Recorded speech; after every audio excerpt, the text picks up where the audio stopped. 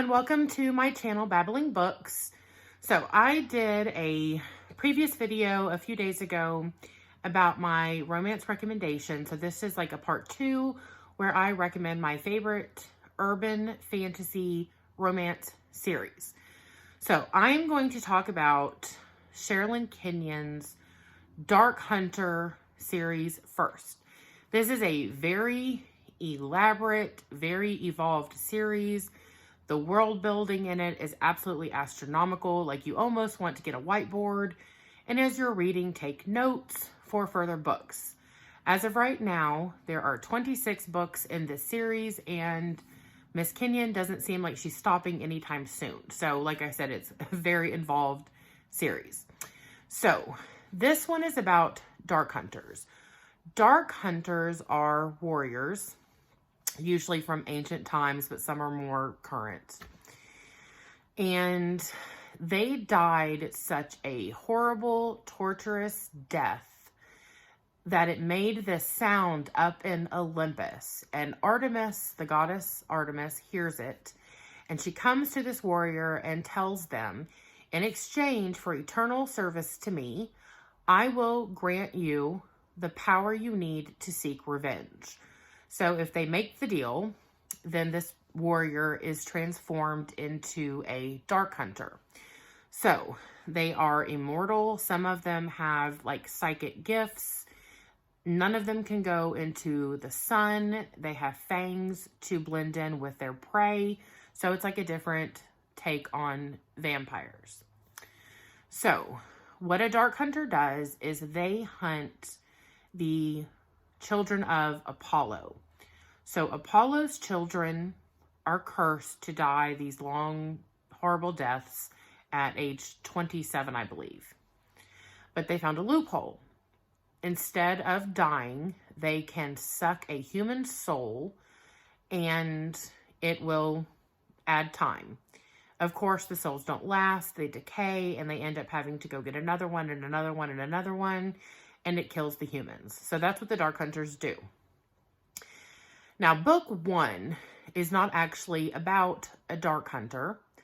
It's not my favorite book. It's probably one of my least favorite books in the series, and I wouldn't have continued the series if somebody hadn't told me some of the plots for future books. So the first one is Fantasy Lover, and it is about a woman named Grace. Is that right? Yes. And she and her friends are having this really good girls' night at her house. They're drinking, they're eating, they're talking about guys. And one of them brings out this book where if you say this spell, supposedly this fantasy lover will find you. So they say the spell, the girls go home, and all of a sudden this dude appears in her house. And she's completely freaked, as you can imagine. So come to find out, this character has been cursed into this book to be brought out by women when they want to have a good time. So she is not in the least bit interested in sleeping with this guy, but until he has fulfilled his time, he can't go back to the book. So they get to know each other. She starts to become invested in his well-being, and she wants to get him out of this book permanently. And of course, they fall in love. So it's actually the next book that is about a Dark Hunter. So you need to read the first book because these characters are important and they show up in future books. But it's kind of cheesy, as you can imagine.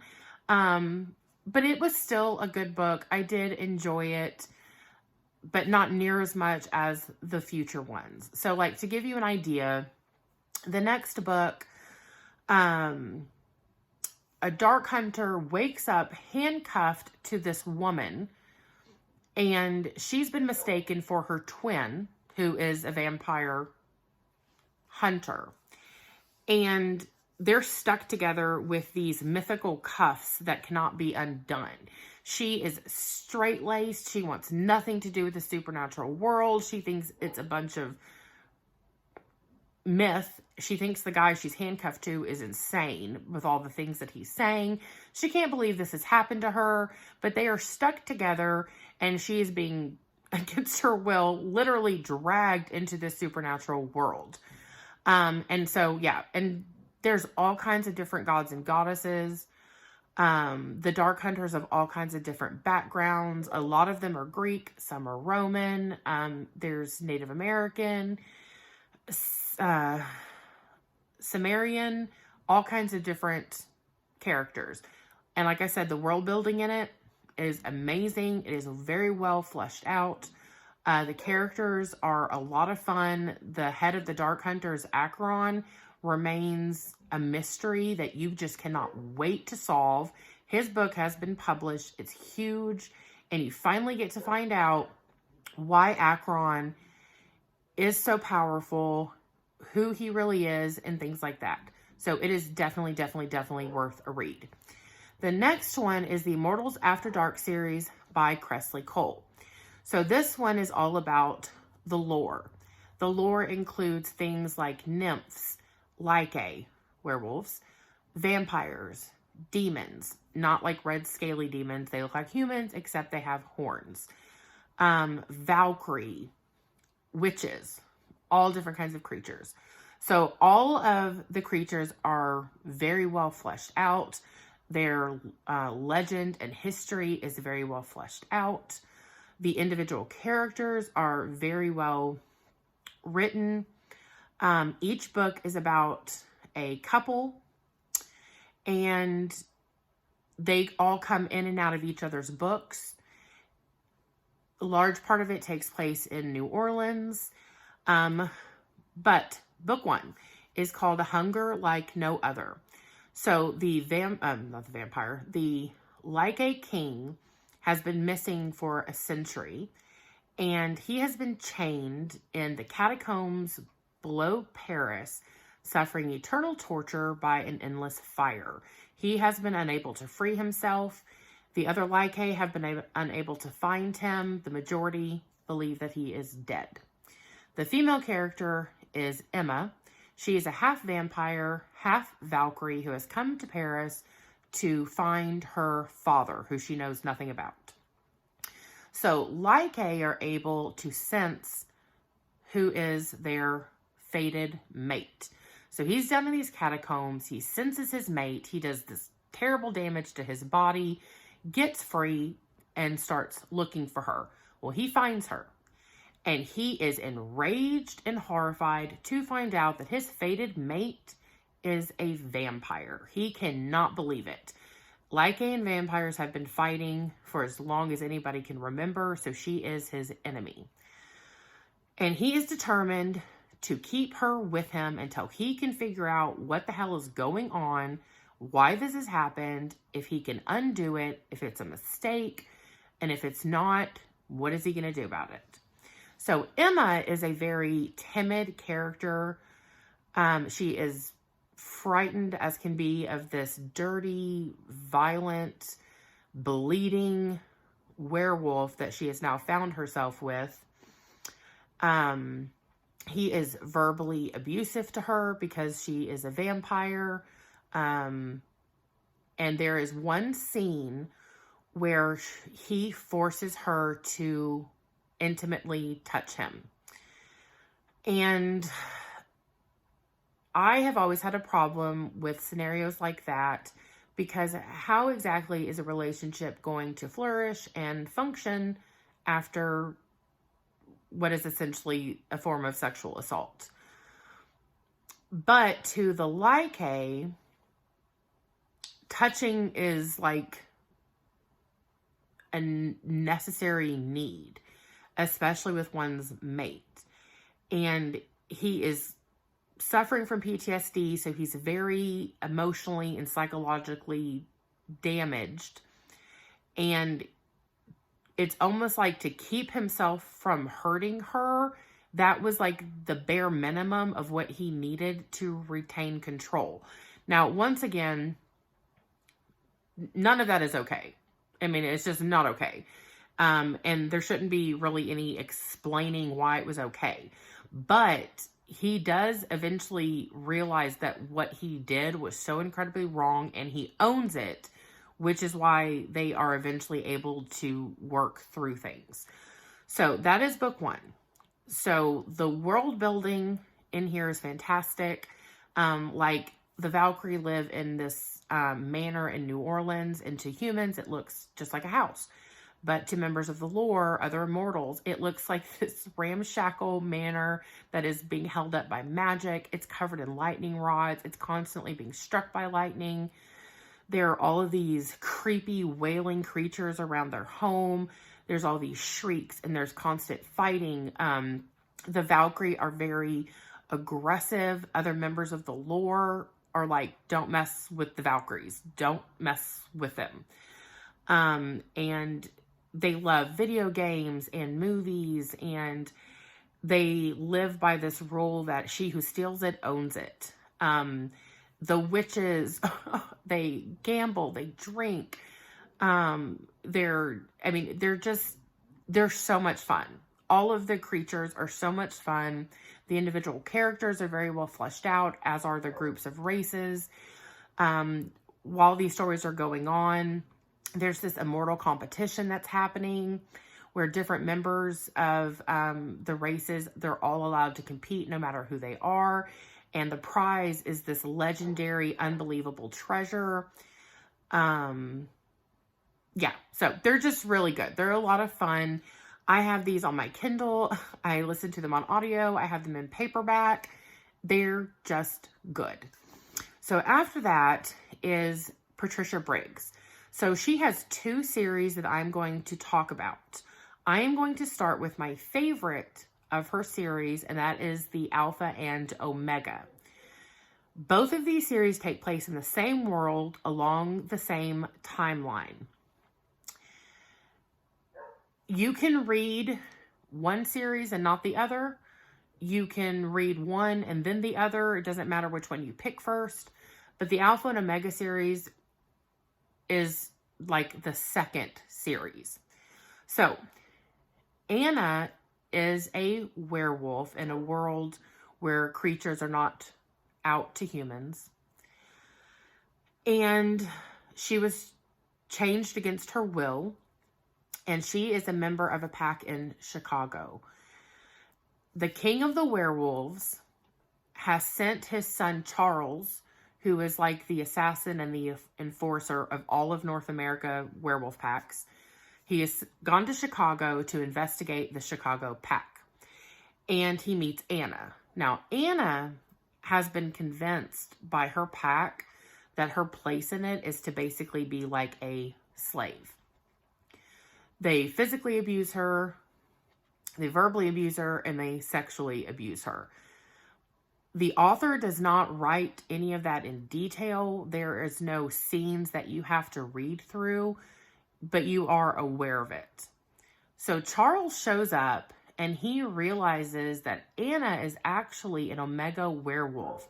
She's incredibly rare and she should be treasured within werewolf packs because of her gifts as an Omega. So he is furious about what has been done to her. Anna is suffering from PTSD because of her treatment, and she starts to trust Charles. I am very leery of a character that has suffered such horrific abuse, just jumping right into a relationship with somebody she doesn't know and everything just being okay. The author handles that very well. The relationship builds rather slowly. Trust in things are formed first. Her trauma is not ignored, so it seems very believable. So Charles and Anna eventually do form a relationship, and as the story continues, they travel all over North America dealing with different like werewolf politics, investigating packs or pack members, things like that. Very, very good series. It's my preferred Patricia Briggs series. So the other series is called the Mercy Thompson series. This one focuses mainly on Mercy Thompson. Mercy Thompson is basically Charles's stepsister.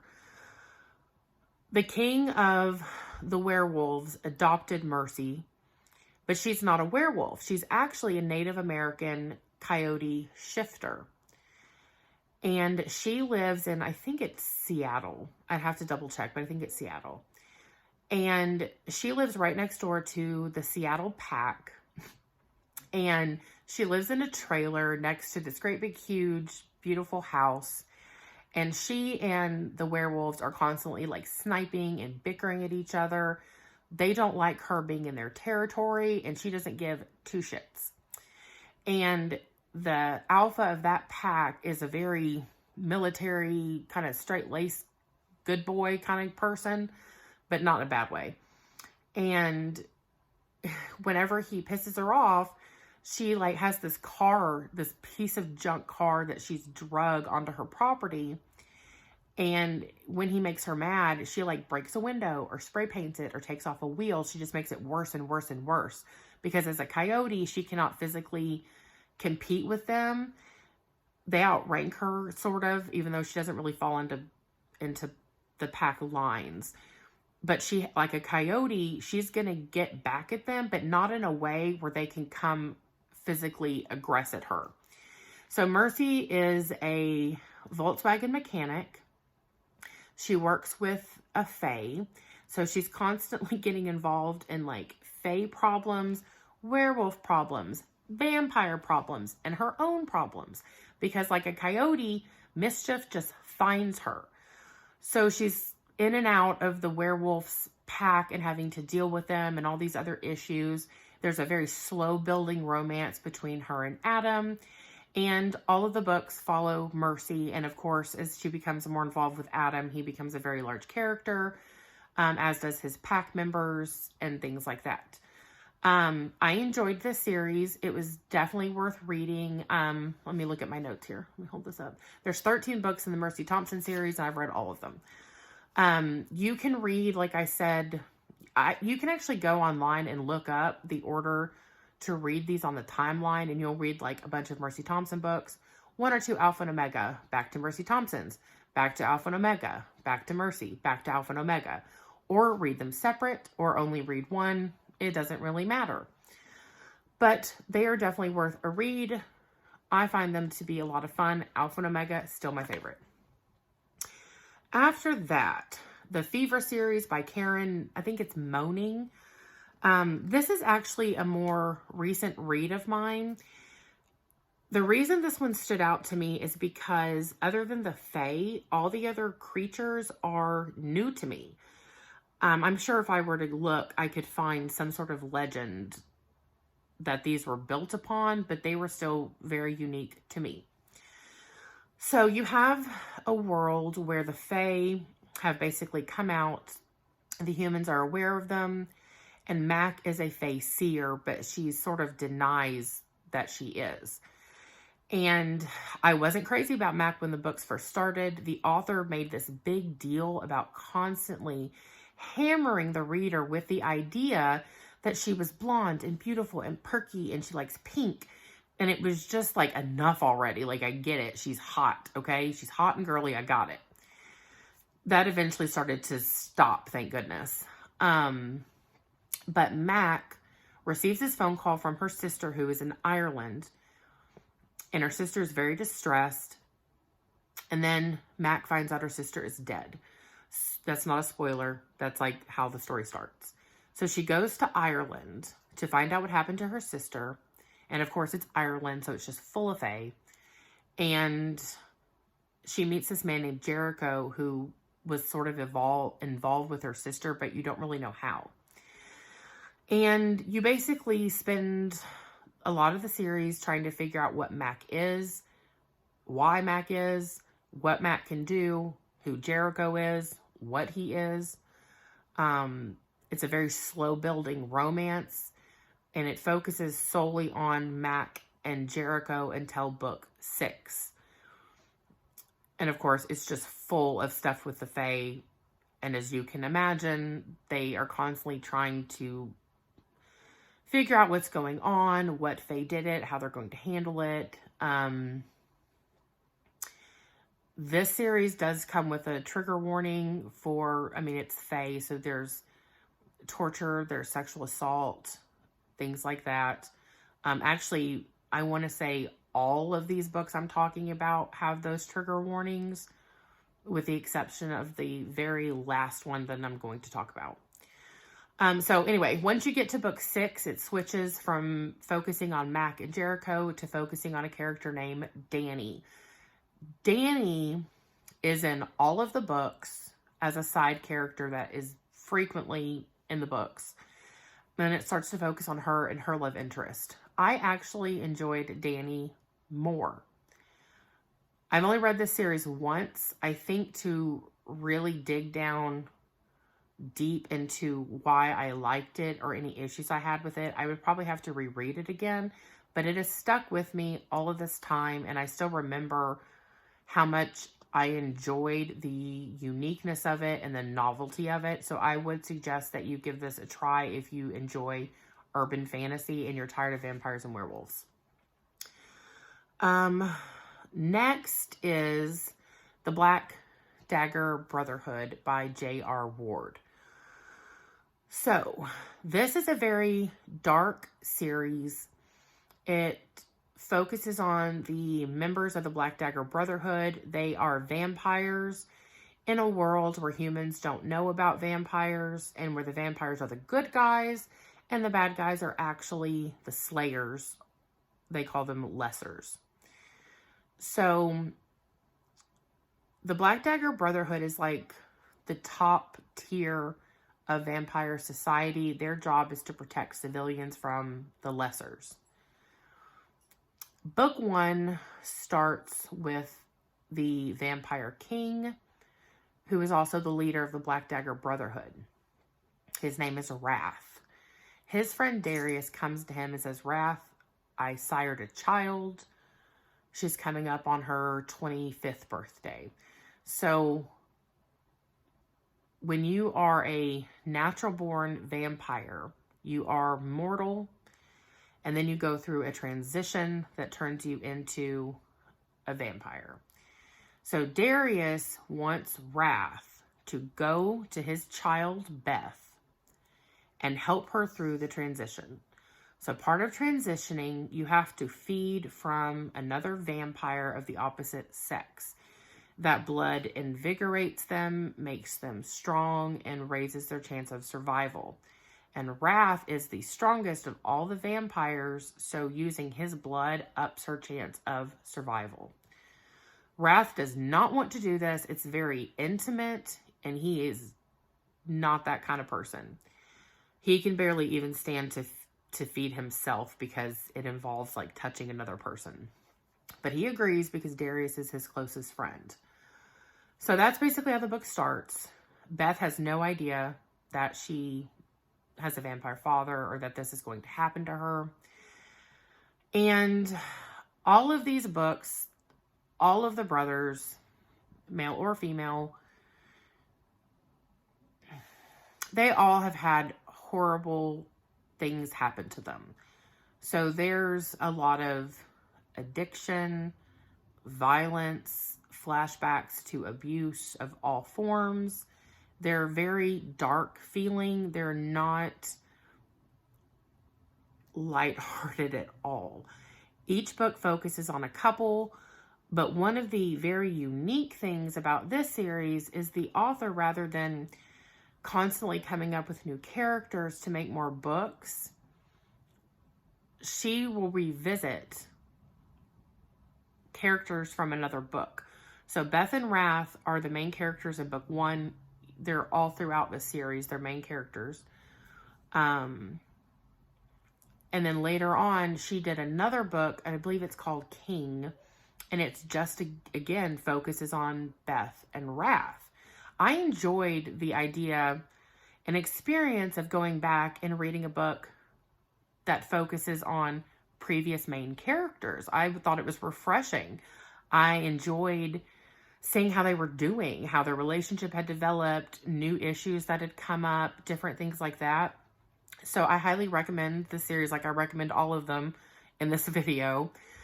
But this one is one of my all-time favorites. My husband read them and he enjoyed them. There's a lot of action, fighting. They focus a lot on the relationships between the members of the Black Brotherhood rather than necessarily on just the romantic relationships. So yeah, very, very good. Now after that is a science fiction series. I didn't really know where to put this one because I don't have there's not enough to make an entire video of sci-fi romance for me. So I tacked it onto the end of this one. And that is Hell Squad by Anne Hackett. I came across these while I was trying to find a science fiction romance where both parties were human and there was a lot of action. And that's how I found these. They are on Kindle Unlimited, and basically aliens invaded. They resemble our Earth dinosaurs, except they're intelligent beings. You know, they have technology and language and things like that. And the humans have all gone into hiding. We are focusing on the humans that have taken refuge in a military compound hidden on and in a mountain. Hell Squad is a group of people, humans, that leave the compound to go get supplies, to rescue humans and bring them back to the compound. They fight these alien creatures. They try to get alien tech and bring it back to the compound to have it worked on and figured out, all those things. Each book focuses on a couple. They're not... The world building is decent. It stays the same through the entire series. There's no like great big reveals or anything. The character building is okay. But once again, decent. They were just lighthearted, fun reads. These are probably all of the books, of course, being that they're romance, with the exception of Patricia Briggs. Patricia Briggs, her books, like there's a reference to they had sex or they're going to have sex, but there's absolutely no detail. There is detail on all of these other ones because they're romance. That's pretty common. But yeah, like I said, if you just want something that is fun and quick to read, if you have Kindle Unlimited, they're free. I want to say there's 16 or 17 of these. And I enjoyed them. I just needed something mindless that I could put down and then not pick it up the next day and not try to be like, what was happening? So yeah, so that's Hell Squad by Anna Hackett. So I recommend those if you're looking for two humans falling in love, science fiction. They were good. Yeah, so that wraps up everything. I really hope everybody's having a good day, enjoying their Valentines.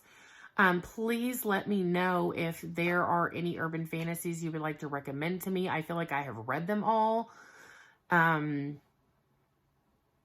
So if, it doesn't have to have romance in it. That's always a plus, but it's not absolutely necessary. Like Harry Dresden, I enjoyed those. For an example, the romance in those is definitely not the focus. But anyway, yeah, so drop some recommendations. If you have any, let me know if you've read these and if you like them as much as I did. And yeah, so thank you for clicking on my video.